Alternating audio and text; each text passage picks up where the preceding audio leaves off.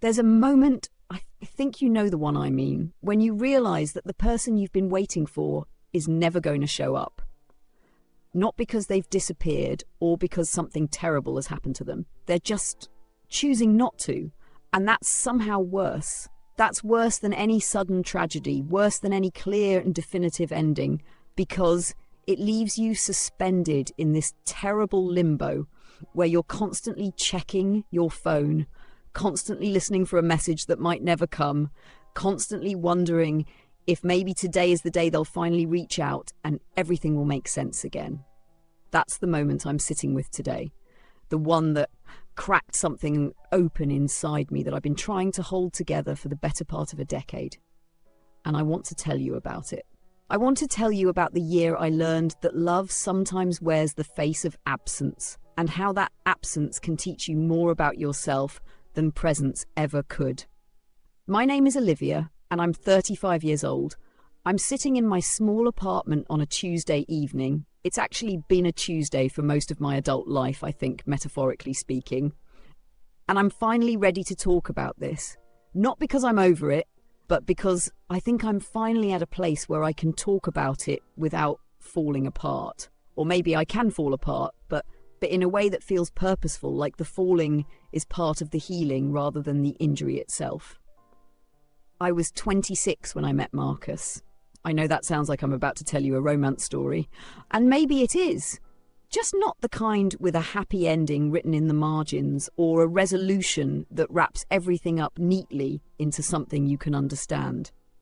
It was autumn, that particular kind of autumn that makes you believe in second chances and new beginnings, where the light turns everything golden and temporary, and you don't mind that temporary part because you're too busy feeling alive in the present moment to worry about whether it will last. I was working at a small bookstore then. It's called The Spine, and it's still there, still smelling the same way it did 15 years ago. That smell is important. I've never quite been able to describe it to anyone, but it's like old paper mixed with dust and possibility. Like every book in there contains a life you could have lived if you'd made different choices. There's something both sad and beautiful about that. I'd be there almost every day, surrounded by these hundreds of stories, and I think I was waiting for my own story to begin, though I didn't realise it at the time. Marcus came in on a Tuesday. Of course it was a Tuesday, and he was looking for a specific book. I can't even remember what it was now, which feels important somehow, like the title of the book doesn't matter nearly as much as what finding it meant. He was tall, with dark hair that looked like he'd just run his hands through it in frustration. And he had these eyes that seemed to be searching for something they couldn't quite find. He was dressed in layers, a faded denim jacket over a sweater, the kind of outfit that suggested he spent his time outside, chasing light and shadow and moments. "I know it's here somewhere," he said to me, his voice a little rough, like he'd just woken up or like he spent most of his time not talking to people. "I saw it recommended online. It's by this photographer who writes about the nature of light and how it changes the way we see things."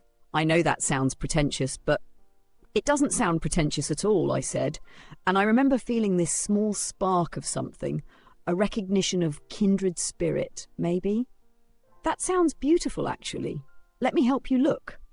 And so we searched.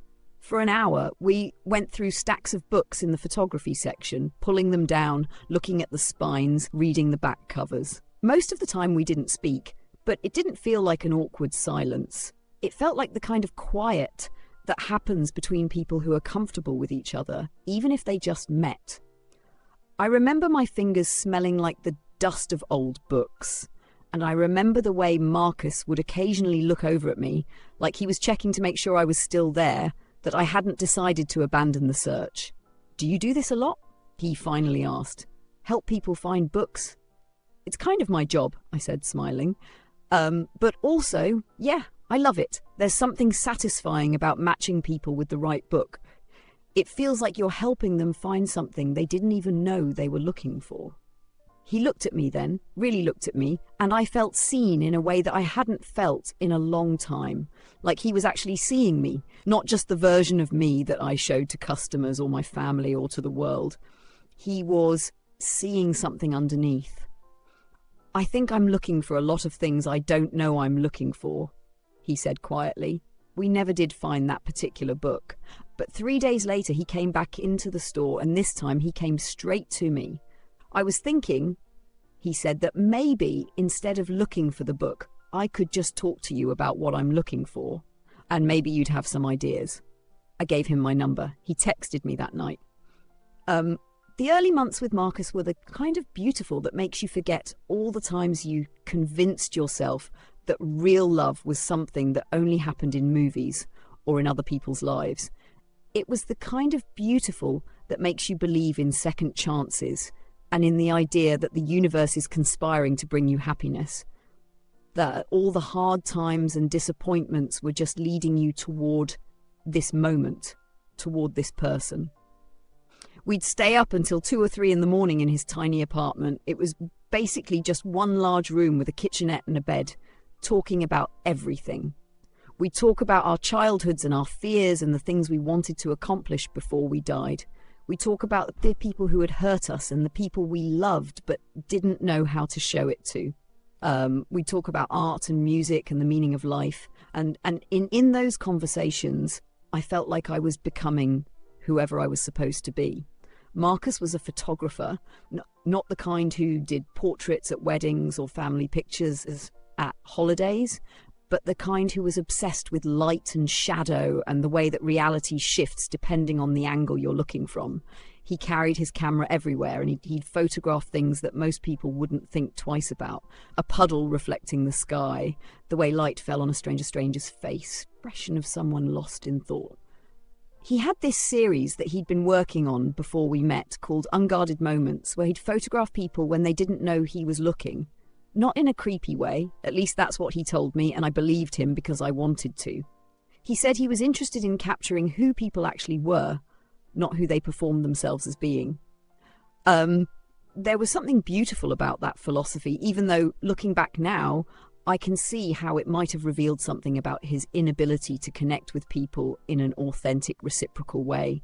But I didn't see that then. I was too busy falling in love. He started photographing me. At first, I knew he was doing it. He'd hold up his camera and say, "Just look out the window for a second," or "Tell me what you're thinking right now." But then he started doing it without asking, catching me in unguarded moments. He'd be reading on his couch and I'd look up to find him pointing his camera at me. He'd do it while I was making breakfast or brushing my teeth or sitting in his bed with a cup of coffee, not quite awake yet. "What are you doing?" I'd ask, and he'd lower the camera and smile. "Documenting you," he'd say. "I want to remember you like this. I want to remember this feeling." Later, when things got hard, I'd wonder if he was photographing me because he loved me or because I was just another subject, another moment to capture and file away. But in those early days, I interpreted it as the ultimate act of love. He was seeing me, he was documenting me. I mattered enough to preserve. He showed me the photographs after a few months of dating. We were sitting on his bed and he pulled up a folder on his laptop. The photographs were intimate and beautiful in a way that made me almost embarrassed to look at them. There I was, reading, thinking, existing, and I looked so full of peace in these images. I looked like someone who was exactly where she was supposed to be. "That's who you are when you're not trying," he said, and he said it like it was the most important thing he'd ever told me. "That's the real you. That's the version I want to remember." I cried when I saw those photographs. I'd never seen my reflected back like that before, never seen myself through someone else's eyes with that kind of tenderness and attention. I thought it meant something. I thought it meant he loved me. For 2 years we lived in this bubble. It was small and perfect and separate from the rest of the world. We took road trips to nowhere in particular, driving up the coast or inland toward mountains, stopping at small towns to eat diner food and walk around and just be together. We made elaborate dinners that usually burned because we'd get distracted talking and forget to check on the food. We'd order pizza instead and laugh about it.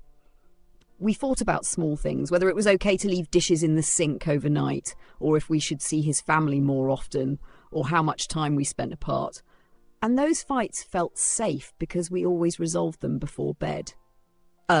We'd lie in the dark and say sorry and mean it, and we'd fall asleep tangled together. I was happy. I was so happy. My parents were married for 43 years. My father was a quiet man, the kind who didn't say much but who showed his love through small actions. He'd bring my mother coffee in the morning. He'd rub her shoulders when she was stressed. He'd listen to her talk about her day without trying to fix everything or offer unsolicited advice. My mother was more expressive, more emotional, more prone to saying out loud what she was feeling. They balanced each other in a way that seemed effortless, and I think I modelled my idea of what love should be on their relationship without really understanding the work it took to maintain it. I have one sister, Emma, who is 2 years older than me, and who left our small town the minute she turned 18.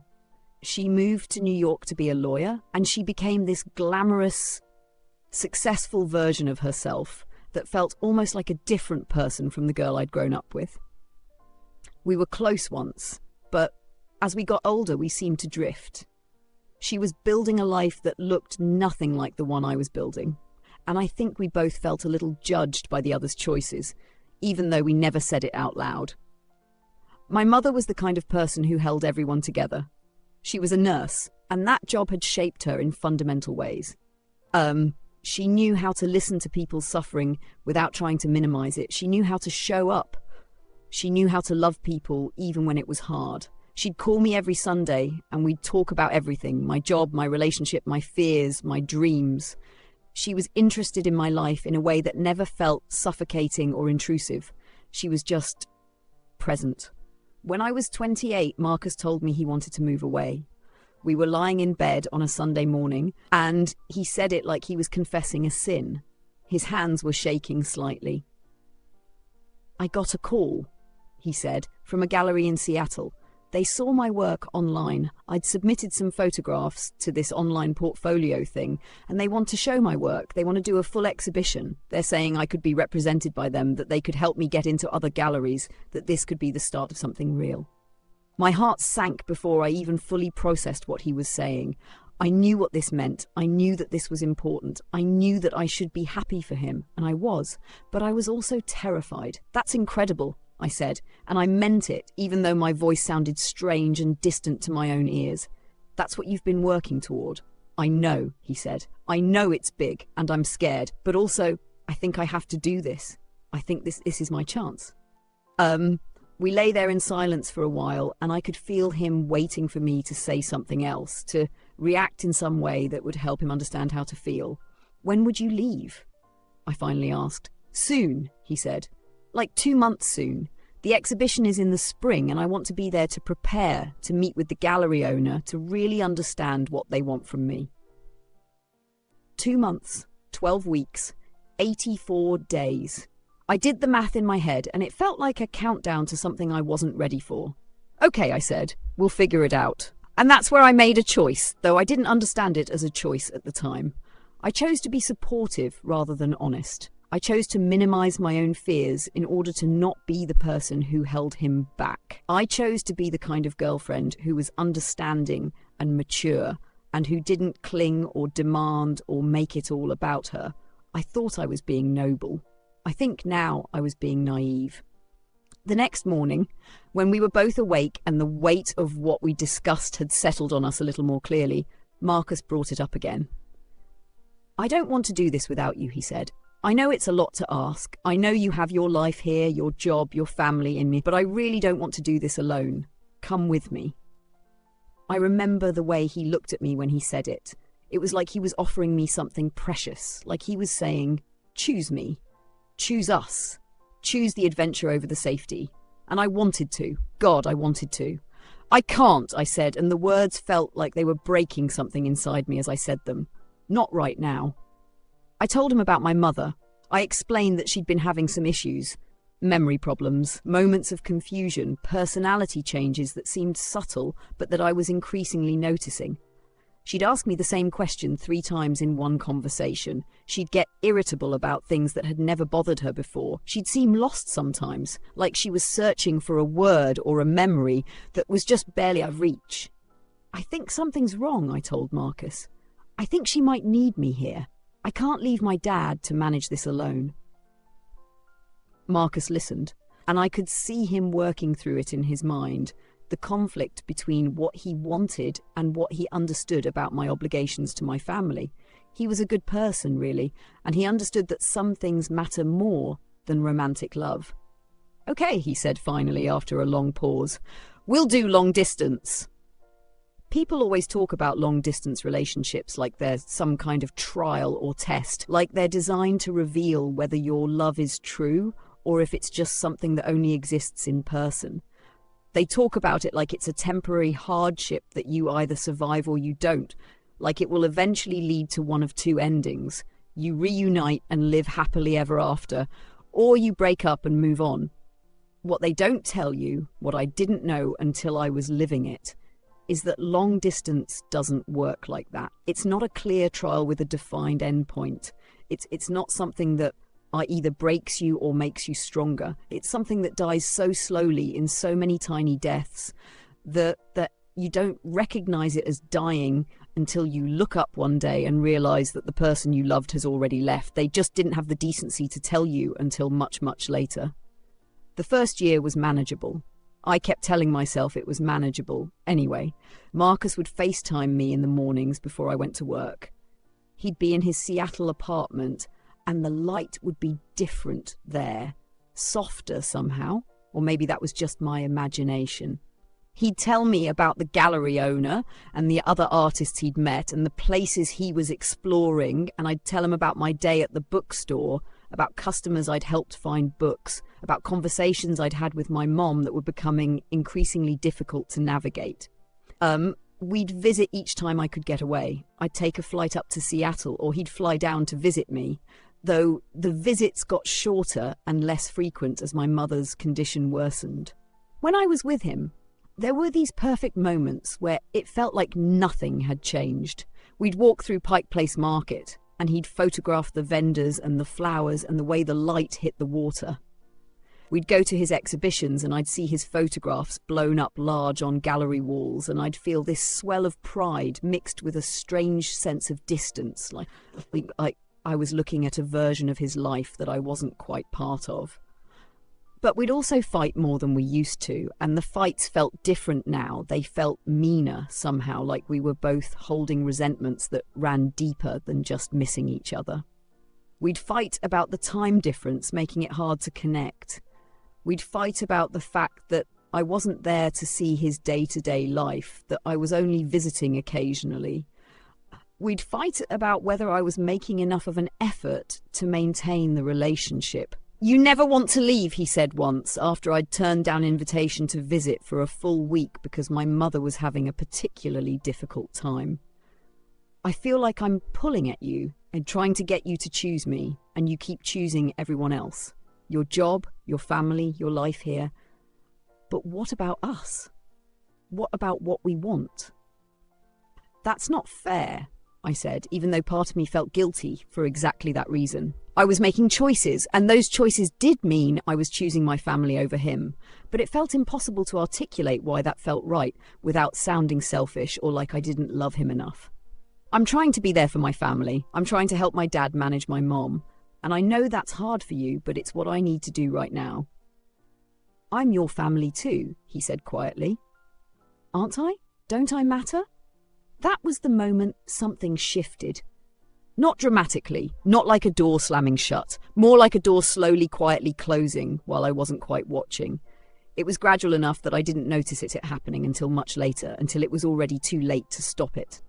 My mother's diagnosis came when I was 29. It wasn't exactly a shock because by that point I'd known something was wrong for more than a year, but it was still devastating in the way that confirmation always is. We were sitting in a neurologist's office and the doctor was using the word Alzheimer's and talking about stages and progression and the fact that there was no cure, only management. I remember my father gripping my hand so hard that it hurt. And I remember my mother looking confused, like she wasn't quite sure why we were all so sad. "What did he say?" she asked afterward in the car on the way home. "What's wrong with me?" "You have Alzheimer's." my father said gently. It's a condition that affects memory, but we're going to take care of you. We're going to figure this out. And I realized in that moment that my parents had made a different choice than the one I had. They had married each other, and they had committed to staying, to showing up, to being present through the hard times. And now my father was keeping that commitment. He was going to be there day after day as his wife of 43 years slowly became a stranger to him. I called Marcus that night and told him about the diagnosis. He was quiet on the other end of the line. I'm so sorry, he said. That must be really hard. It is, I said, and I think I need to be here. I think I need to help my dad. I don't know how long, months probably, maybe longer, but I need to be present. I need to help. I understand, he said, and I could hear something in his voice that sounded like resignation. Of course you need to be there. But I don't think he understood. I don't think he realized that this was a turning point, that my mother's illness had just become a priority that would supersede everything else, that the life he wanted me to build with him in Seattle was no longer possible, at least not right now. And I'm not sure I realized it either, though looking back, I think I did. I think I knew that I was making a choice. And I think I was hoping he'd be patient, that he'd wait for me, that eventually things would change and I could join him. But people don't really wait like that. People want to move forward. People get tired of waiting. People realize that they want someone who can be fully present, not someone who is constantly torn between two places and two lives. By the time I turned 30, Marcus had started cancelling our visits. His work was demanding, he explained. There was an exhibition coming up that needed his full attention. There were new photographers he'd met who were becoming important to his career. There were opportunities that required his time and energy. I understood all of this, I really did. I was also increasingly heartbroken, though I tried not to show it. The messages between us became less frequent. The FaceTime calls became shorter and shorter, often cut off by him saying he had to go, that he had a meeting or a shoot or something he needed to do. And then the calls all stopped altogether. I remember the exact day it happened. It was in February, and it was cold and grey, and I called him to talk about my mother, who had had a particularly bad day. She'd become aggressive in a way that was really unlike her, lashing out at my father and at me, and I just needed to hear his voice. I needed to feel less alone in that moment. The phone rang, and he didn't answer. I called again a few minutes later, and it still rang through to voicemail. He texted back hours later, "Hey, was sleeping? Everything okay?" Everything wasn't okay, everything was falling apart. But I said it was. I said, "Yeah, just miss you, hope you're good." And he responded, "Miss you too. Talk soon." We didn't talk soon. We talked less and less frequently after that. It became a pattern. I'd reach out, he'd respond when he could.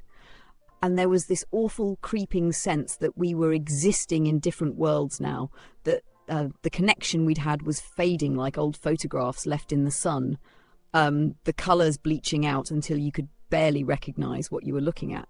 I'd scroll through his Instagram sometimes. I tried not to, I really did, but I couldn't help it. And I'd see pictures of him at gallery openings or travelling to Portland or Los Angeles or New York, living this full and vibrant life that didn't seem to include me in any meaningful way. He looked happy. He looked free. He looked like someone who had made the right choice. And I was happy for him. I was also desperately, heartbrokenly jealous of him and angry. I was so angry, though I tried to bury that anger because I didn't feel like I had the right to be angry. I was the one who stayed. I was the one who chose my family over him. How could I possibly be angry at him for moving on? I tried to move on too. I started going out with friends from work. I went on a few dates with a nice guy named David, who worked at a coffee shop near the bookstore. David was kind and present and interested in my life. He didn't take photographs of me, but he did listen when I talked. He did show up. And I tried to fall in love with him because I thought that's what I needed to move forward, to close that chapter, to become someone who had healed. But I couldn't do it. Every time David kissed me or tried to deepen things between us, I'd think about Marcus, and it would feel like a betrayal. Not of David exactly, but of something. Of the story I thought we were going to have together. of the version of my life that I'd imagined. One night, and I'm ashamed to admit this even now, all these years later, I went to Seattle without telling Marcus. I booked a flight on a Thursday and flew up Friday afternoon. My heart was pounding the entire flight. I told myself that I was being impulsive, that I was doing something I'd regret. But I also told myself that maybe this was what I needed to do. Maybe if I just showed up, if I forced us to have an actual conversation face to face, we could fix whatever was broken. We could talk about it the way we used to, with honesty and vulnerability and that terrible, beautiful openness we'd shared so easily once upon a time. I went to his apartment building on Saturday morning. I didn't call ahead. I just showed up, my heart pounding, my hands shaking, telling myself that if I could just see him in person, everything would be okay. He didn't answer when I rang the buzzer. I tried calling his phone, and it went to voicemail. I stood outside his building in the rain. It was raining in Seattle, of course it was raining, and I felt so stupid, so incredibly stupid and desperate and pathetic. A neighbour eventually came out, and I asked about Marcus. The neighbour's face went a bit pale. "Oh," he said, "he doesn't live here anymore. He moved months ago." Maybe like 6 months ago? 6 months. He had moved 6 months ago, and he had never told me. We'd been having occasional messages over the last 6 months, and he'd never mentioned that he'd changed apartments. I asked if the neighbour knew where he'd moved, but he didn't. I got back in my rental car and sat in the parking lot for 3 hours just crying. I called my dad and I told him I was coming home. I didn't explain why. I couldn't explain it without falling apart completely. It took me a long time to understand what that moment meant. What it meant was that he had really left. Not just geographically, but completely. He had removed me from his life so thoroughly that he didn't even think I deserved to know that he'd moved. He had made a choice to disappear, and he had done it so gradually that by the time I realised it, he was already gone. The grief I felt wasn't like losing someone suddenly. It wasn't like a death or an accident. It was like watching someone fade. It was like watching someone choose to unknow you. And somehow that was worse. Because it meant that I hadn't mattered enough to deserve a real ending. It meant that I was something he'd just moved past. I spiraled a bit after that, if I'm being honest. I'd be fine during the day, taking care of my mother, going to work, functioning in the ways that were necessary, and then at night, I'd fall apart. I'd lie in bed in my childhood bedroom and replay every conversation, every moment, looking for the place where I could have changed things. I'd wonder if I should have gone with him to Seattle. I'd wonder if I should have chosen him over my family. I'd wonder if I'd made the wrong choice. My mother, in her increasingly confused state, would sometimes ask about Marcus. It would usually happen on good days, when she was having moments of clarity or when she was confusing the timeline of my life. "Where's that lovely boy?" she'd ask. "The one with the camera? What was his name?" "Marcus," I'd tell her. "And he's away. Far away." "Are you going to bring him back?" she'd ask with this heartbreaking innocence, like love was something you could simply retrieve if you wanted it badly enough. "I don't think so," I'd say, and she'd pat my hand, and she'd forget she'd asked within minutes, which was a mercy and a curse all at once. It meant I didn't have to keep explaining the same thing over and over. It also meant that I couldn't talk to her about it the way I used to, couldn't benefit from her wisdom and her comfort. It wasn't until my mother's condition deteriorated to the point where she needed more care than my father could provide, until she was having accidents and forgetting where she was and becoming a danger to herself, that I stopped obsessing about Marcus completely. I had to. I didn't have the energy to hold grief for two people. I had to choose where to direct my love and my attention, and my mother needed me in a way that Marcus never had. I took a leave from the bookstore. I became a full-time caregiver. I moved back into my parents' house, into my childhood bedroom, and I transformed my life into something that revolved entirely around my mother's needs and my father's exhaustion. The first few months were the hardest. My mother fought the changes. She'd refuse to let me help her with bathing or dressing. She'd get angry about medications. She'd ask me over and over where her mother was, where her children were, what she was supposed to be doing. And I'd answer the same questions again and again, And I try to keep my voice steady and patient, even though I was breaking inside. My father would watch me do this, and I could see the guilt in his face. He felt like he was failing her. He felt like he should be the one managing all of this. And I'd try to tell him that we were doing this together, that we were both doing our best. But I'm not sure he ever really believed me. Slowly, though, we settled into a rhythm. My mother and I would wake up in the morning and I'd help her get ready. I'd pick out her clothes and we'd sit together while she ate breakfast. On good days, she'd look at me and say my name without hesitation. She'd ask me about my day, about my life, and I could almost pretend that things were normal, that she was still the mother I'd always known. On bad days, she'd call me by my sister's name or my grandmother's name or the name of someone I'd never even heard of. On those days, I'd gently correct her, or sometimes I'd just go along with it if she seemed more comfortable that way. It didn't really matter what name she called me, because I was there. I was present. That was what mattered. I learned a lot during that time about what it means to love someone. I learned that love isn't always about being recognized or appreciated. It isn't always about being chosen or being the primary focus of someone's attention. Sometimes love is just showing up. Sometimes it's just being there, day after day, doing the small tasks that keep someone safe and fed and cared for. I'd read to her in the afternoons. I'd sit next to her on the couch and I'd read from books that I knew she loved. Novels by authors she'd mentioned over the years. Poetry that I thought might reach something deep inside her. She didn't always follow the plot. Sometimes she'd fall asleep, but sometimes she'd reach over and squeeze my hand, and I'd know that some part of her, the deepest part of her, knew that I was there. I wasn't living anymore, exactly. I was existing in a holding pattern, suspended between the person I had been before my mother got sick and the person I was becoming. I was 31, 32, 33 years old, and my life looked nothing like I'd imagined it would look. I wasn't in Seattle with Marcus. I wasn't building a career or traveling or having adventures. I was in my childhood home, caring for my mother, watching her disappear little by little.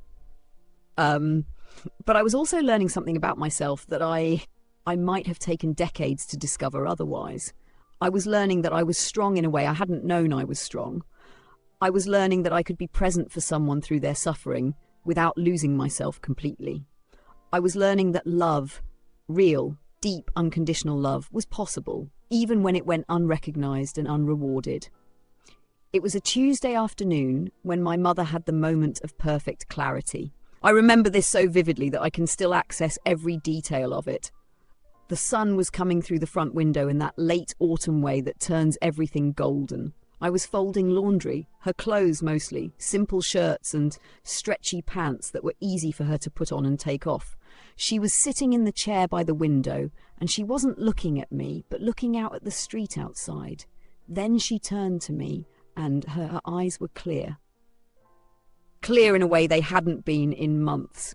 Clear in a way that suggested the fog had lifted, at least temporarily, and she could see things as they actually were.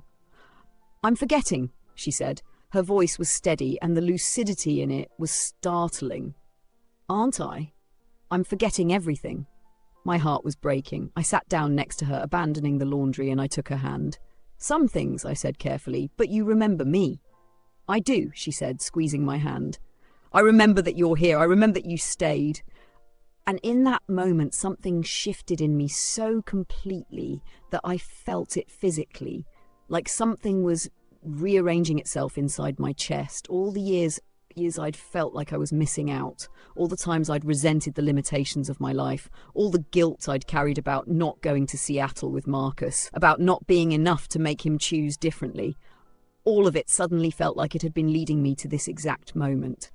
Because here was the truth, and it was simpler and more profound than I'd expected. I had stayed. Not because I had no other choice, but because someone needed me. Because love, real love, wasn't about grand gestures or perfect moments or being photographed in unguarded moments. It was about showing up. It was about being present when someone needed you, even when that presence didn't result in gratitude or recognition or anything that looked like reward. I cried then, but it was a different kind of crying than I'd done after Marcus left. This wasn't crying out of loss or heartbreak.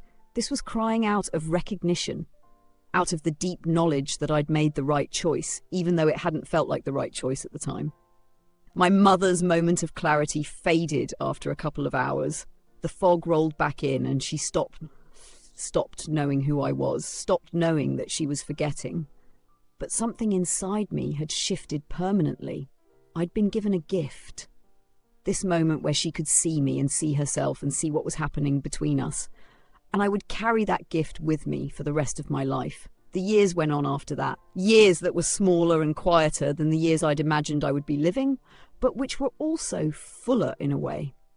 My mother's condition continued to progress. She eventually couldn't speak anymore. She became more like a child than an adult, needing help with everything, unable to feed herself, unable to recognize anyone or anything. And through all of that, I was there. I was there on the mornings when she'd cry for no reason I could identify. I was there when she'd have good days where she seemed almost like herself, and bad days where she seemed like someone I'd never met. I was there when my father would leave the room because he couldn't watch anymore, and I'd sit with her and hold her hand and tell her that everything was going to be okay, even though we both knew it wasn't. But I also realized during this time that I needed help. I realized that I couldn't do this alone, that my father couldn't do this alone, and that my mother deserved care that was more specialized and comprehensive than we could provide in our home. It was one of the hardest decisions I've ever made, deciding to move her into a facility, to step back from being her full-time caregiver and transition into being her daughter again, at least partially. I remember driving to the facility the first time, driving to the place where my mother would be spending the end of her life. I was 34 years old and I felt ancient. I felt like I'd lived a lifetime in the last few years. I'd watched someone I loved disappear, slowly and incrementally, until there was almost nothing left of her. And now I was preparing to leave her in the hands of strangers. The facility was nice as these places can be. It had gardens and art on the walls, and nurses who seemed kind. But it wasn't home. It wasn't me, caring for her with the kind of attention and love that only a daughter can provide. On her first day there, I stayed with her for hours. I showed her to her room, helped her get settled, introduced her to the nurses who would be caring for her. She didn't understand what was happening. She kept asking me where she was and when she could go home. And telling her it was okay, that this was a safe place, that people here would take care of her. When I finally had to leave, I kissed her forehead and told her I'd be back tomorrow. She didn't respond. She just looked at me with this confusion and sadness in her eyes, and I felt like I was abandoning her, even though I knew I wasn't. I cried in my car for 20 minutes before I was able to drive. But gradually, I started to see that this was actually the right decision. The facility had doctors and nurses and activities and social interaction. They had people who specialised in caring for people with dementia. My mother was safer there than she would have been with me, trying to manage everything alone. And I could still be there for her. I visited several times a week. I sat with her. I held her hand. But I could also start to reclaim some of my own life. I returned to work at the bookstore. I started spending time with my father in a way I hadn't been able to for years. We'd have dinner together and just talk, and he'd tell me stories about my mother from when they were younger, from before she got sick. He'd tell me about falling in love with her, about the life they'd built together. And I realized that I was getting to know my parents as people in a way that I hadn't before. I'm 35 now. I still work at the bookstore, though it's different now. I'm older, quieter, more comfortable with silence than I was before. I've had relationships since Marcus, nothing serious, nothing that took root. I went out with David for a while longer, but eventually I ended things because I realized I was using him as a distraction rather than actually trying to build something real with him. He deserved better than that. I deserved better than that. I've figured out that I'm not the kind of person who falls easily anymore, and I've made peace with that. It doesn't mean I don't want love or connection. It just means that I'm careful with my heart now. I understand its value. I don't give it away to people who aren't willing to hold it gently. I think about Marcus sometimes, the way you think about people from your past, with a mixture of fondness and regret and the understanding that they were important to you once, but that they don't hold power over you anymore. I wonder sometimes what his life looks like now. I wonder if he's successful, if his photographs are in important galleries, if he's happy. And I hope he is. I genuinely do, not in the way I would have hoped 10 years ago, when it would have come with an undertone of sadness and longing, but genuinely from a place of having made peace with what happened between us. Last year, I received a message on Instagram. It had been so long since I'd heard from Marcus that I almost didn't recognise his name when I saw it. The message said, "Hi Olivia, it's been so long, I've been thinking about you and I wanted to reach out. I've been in therapy, working through a lot of stuff, and I realised I owed you an apology. What I did, disappearing the way I did, it wasn't okay. I was scared and immature and I handled it poorly. I was selfish. You deserved better than that. I hope life has been good to you. I hope you're happy. I'm sorry."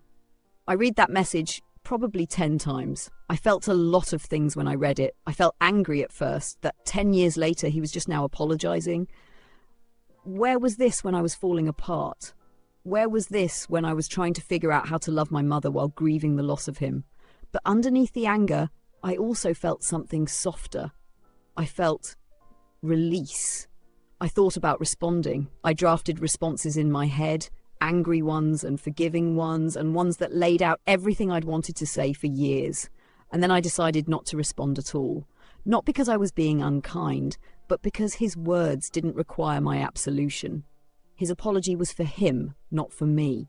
It was something he needed to do to make peace with himself. And I'd already done the work of forgiving him, not for his sake, but for mine. Do you know what I've realised, looking back on all of this? That Marcus wasn't the villain of my story. He was just a person who wanted something different than what I could give. He was a person who was scared and who handled that fear badly. And I was a person who loved him and who learned to keep loving even after he left. The lesson, if there is one, isn't about romantic love or the failure of it. It's not even about staying or leaving. It's about what it means to show up. It's about the small silences that don't feel empty when you're sitting with someone who matters to you. It's about learning that you're enough, not because someone else tells you that you are, but because you've proven it to yourself through your actions, your choices, your quiet persistence.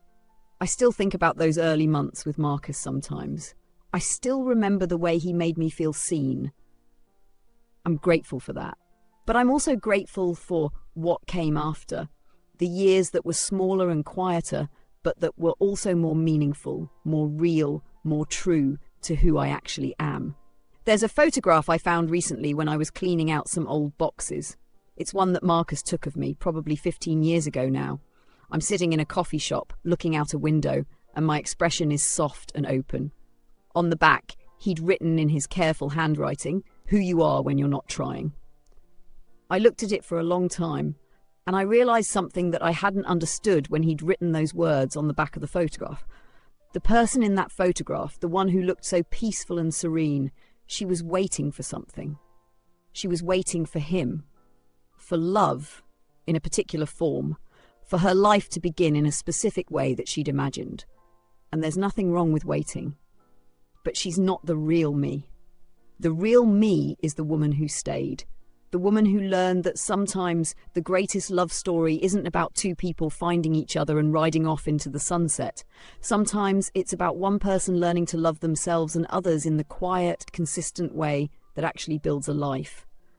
The woman who sat with her mother through the confusion and the fear and the loss of self.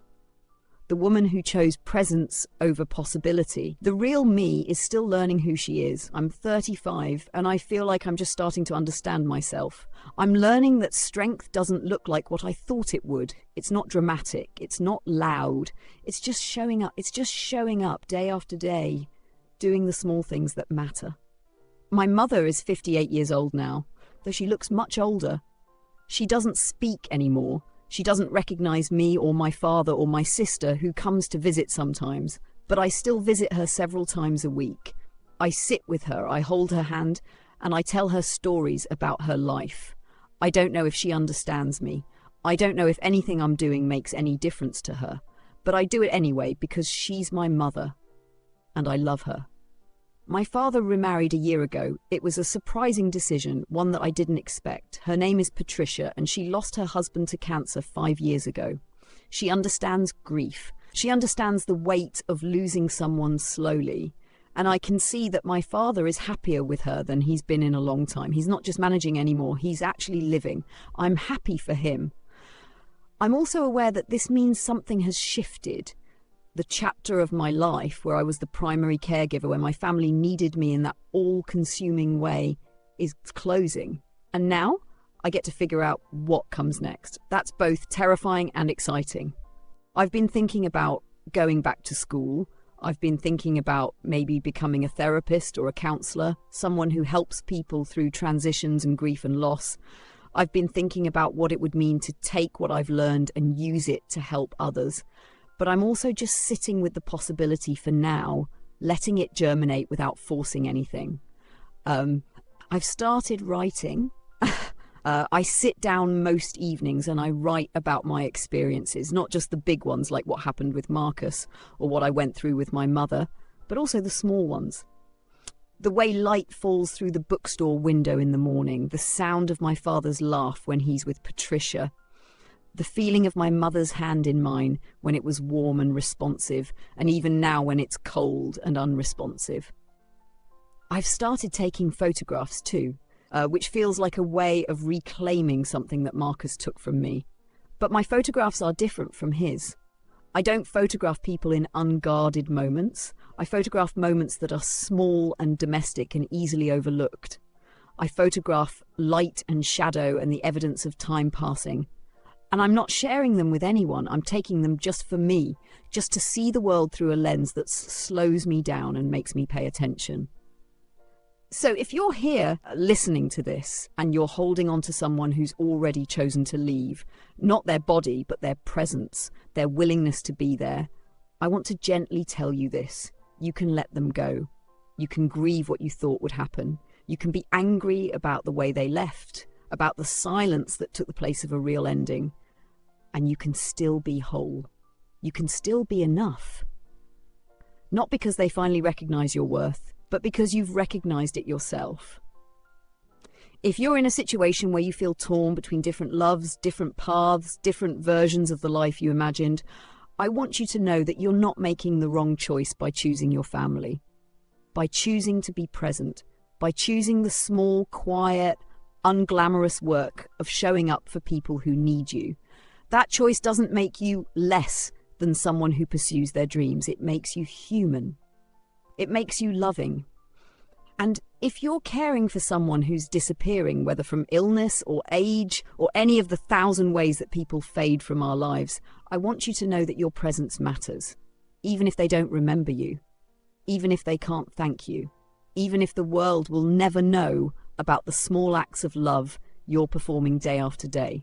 Your presence matters. You matter. I'm still figuring out what the next chapter of my life looks like. I'm still learning how to be Olivia, not just as someone's daughter or someone's girlfriend, but as a person in my own right. And it's slower than I thought it would be. It's quieter, it's less dramatic, but it's real and it's honest and it's mine. I've learned that healing doesn't happen all at once. It's not like you reach a certain point and then you're suddenly fixed, suddenly over it, suddenly ready to move on. Healing is 1,000 small moments of choosing yourself. It's 1,000 small moments of setting down the grief that isn't yours to carry anymore. It's 1,000 small moments of remembering that you're allowed to be happy, you're allowed to move forward, you're allowed to become someone new. The weight of small silences, that's what I'm calling this chapter of my life. Because that's what it's been. It's been learning to sit in silence without needing it to be filled. It's been learning that absence can teach you just as much as presence. It's been learning that sometimes love looks like distance and sometimes healing looks like forgetting. But it's also been learning that underneath all of that, there's a kind of peace. There's a kind of acceptance. There's a kind of understanding that life rarely looks the way we imagined it would. And that's okay. That's actually more than okay. That's where the real story lives. Not in the moments we planned for, but in the moments we didn't see coming.